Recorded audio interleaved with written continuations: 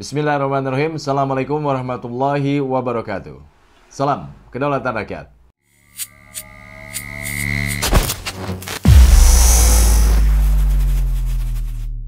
Sahabat, bersama saya Joel Syafi'i di Saiful Zaman Channel. Seringkali muncul pertanyaan, kenapa ya pernyataan pejabat publik sekarang ini banyak yang tidak bisa menyejukkan suasana? Bahwa adanya masukan, kritikan, dan apapun itu adalah hal wajar. Karena tujuannya adalah agar pemerintah ini bisa semakin mengenali apa yang harus diperbaiki. Aware terhadap persoalan. Aware terhadap rakyat. Bukankah seharusnya pemerintah sebagai pengelola negeri ini melihat sesuatu sebaiknya menggunakan helikopter view? Melihat seluruh masalah termasuk masukan dan juga kritikan dari berbagai aspek, tidak terpaku dalam satu aspek saja. Sehingga bisa menghasilkan keputusan terbaik untuk masalah pada kebijakan-kebijakan yang dibuat. Keputusan yang terbaik untuk rakyat. Mungkin sebagian kita masih teringat dengan pernyataan yang terhormat Bapak Luhut Panjaitan yang mengatakan sakit jiwa kepada orang yang mengaitkan gerakan perlawanan rakyat Sri Lanka dengan keadaan Indonesia. Pak Luhut tidak setuju kondisi Indonesia disamakan dengan Sri Lanka. Ya, kalau peer-to-peer sampai di sini saya setuju. Tetapi bukankah Luhut sebaiknya bisa menghargai siapapun yang meminta pemimpin Indonesia untuk waspada agar tidak bernasib sama? Respon yang disampaikan yang terhormat Bapak Luhut justru dinilai berlebihan ketika masih dengan kepercayaan diri penuh bahwa pengelolaan negara sudah baik dan tidak mungkin seperti Sri Lanka. Hal ini justru bertolak belakang dengan pernyataan yang dilontarkan Ketua Umum PDIP Megawati Soekarnoputri yang merasa khawatir kalau Indonesia bisa saja mengalami krisis seperti Sri Lanka. Itulah kenapa Megawati berharap agar pemerintah bisa mengantisipasi krisis pangan misalkan, serta resesi akibat inflasi dunia. Tidak hanya Megawati, Menteri Keuangan Sri Mulyani pun meminta agar semua pihak tetap waspada dan tidak terlena dengan apa yang sudah dicapai saat ini. Apa yang disampaikan Menteri Keuangan itu bukan tanpa dasar yang kuat. Sebut saja berdasarkan survei Bloomberg terbaru, Indonesia masuk ke dalam peringkat 14 dari 15 negara di Asia yang kemungkinan ya, mengalami resesi ekonomi. Jadi sangat wajar, ada dasarnya ketika berbicara soal kekhawatiran, bicara soal waspada. Sesungguhnya masalah yang dihadapi rakyat Sri Lanka oleh beberapa kalangan dinilai relatif sama dengan rakyat Indonesia. Sebut saja seperti harga bahan pokok naik, energi seperti BBM juga ikut naik. Pinjaman luar negeri walaupun kabarnya mengalami penurunan, tapi nilainya masih besar. Per akhir April 2022 tercatat sebesar 409,5 miliar dolar Amerika. Infrastruktur ya, investasinya juga berbasis hutang.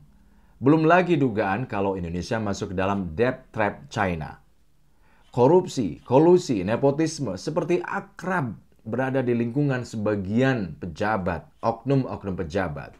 Belum lagi ketika bicara soal oligarki.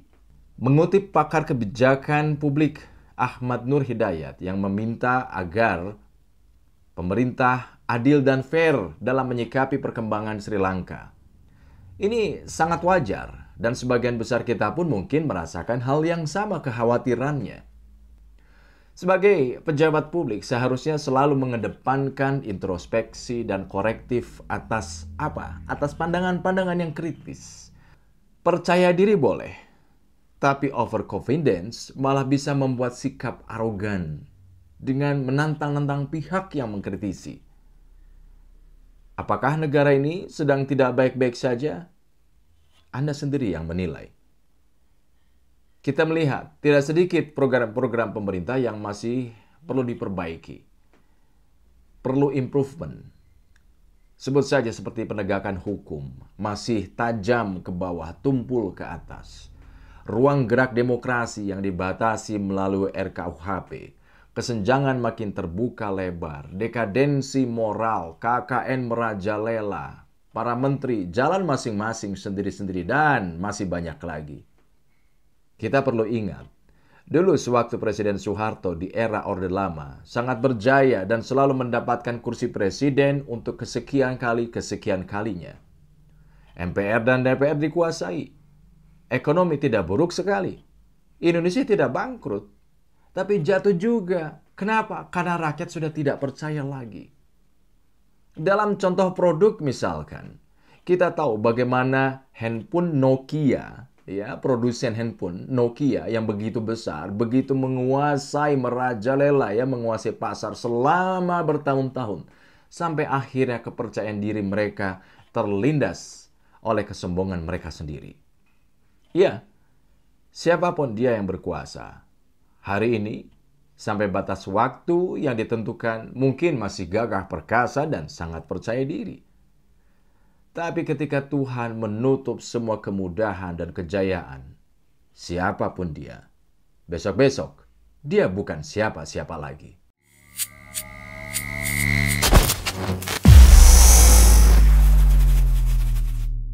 Sedekah memiliki banyak keistimewaan, kelebihan, dan keutamaan.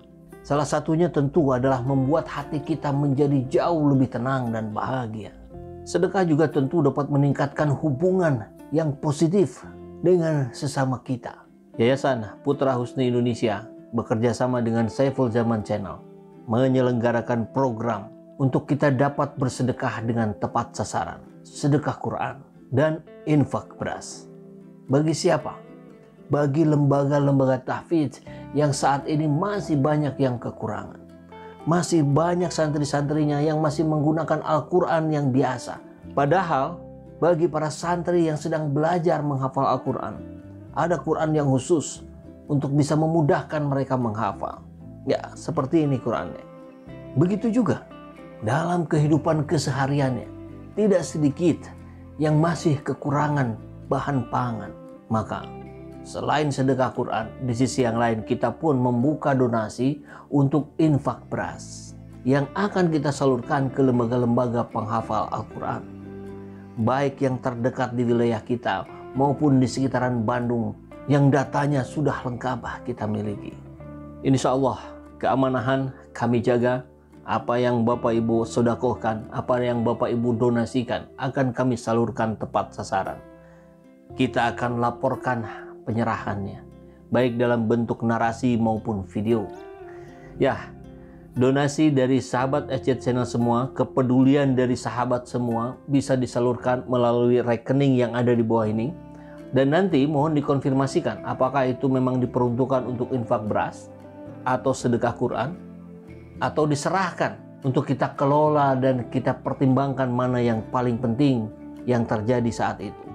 Dengan memuliakan hidup orang lain, apalagi para penghafal Quran, semoga kita termasuk pada barisan umat yang diridhoi Allah Subhanahu wa Ta'ala.